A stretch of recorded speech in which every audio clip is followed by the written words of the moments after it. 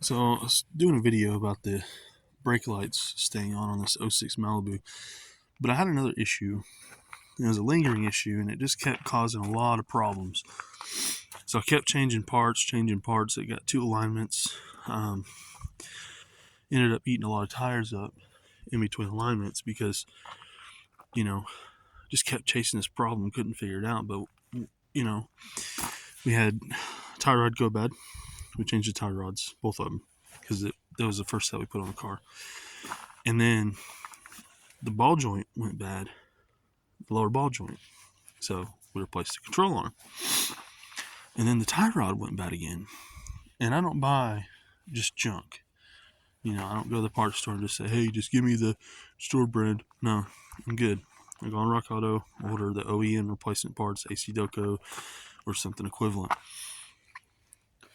So I had a set of AC Doco Golds, I believe they were, tie rods, go bad. Only one went bad. The other side did not go bad.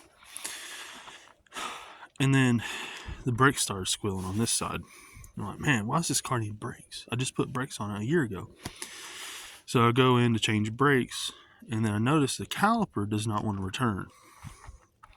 So it ruined the rotor, went through a set of pads prematurely, ruined a control arm because of the ball joint, and then it ruined a set of tie rods, cost me 2 alignments and about 4 tires. And all it was a old bad caliper. So it's staying on after you actuate the brakes just a little, that it caused excess heat. And the excess heat was cooking out the grease in the ball joint and the tire rods and ruining the brakes.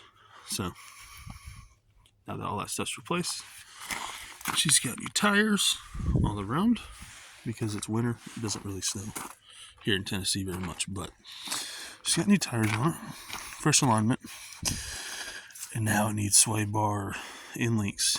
They're bad. So little clunk the front end, some paint peeling, but yeah. So if you got, it doesn't really matter what kind of car you have. It doesn't just apply to a '06 Malibu.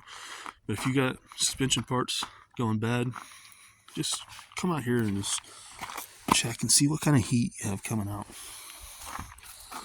and compared to the other front. If you got a lot more coming out one side than the other side, then you probably know you probably have a stuck caliper, seized caliper pins, or bad brake hose, ABS module. There's a lot of things that could cause it. And I isolated the caliper from the rest of the system by unbolting it. So I unbolted it from the hose and tried to squeeze it in, and I couldn't do it. So, I mean, I could if I put a lot of force on it, but they should easily press in, especially if you don't have a hose connected.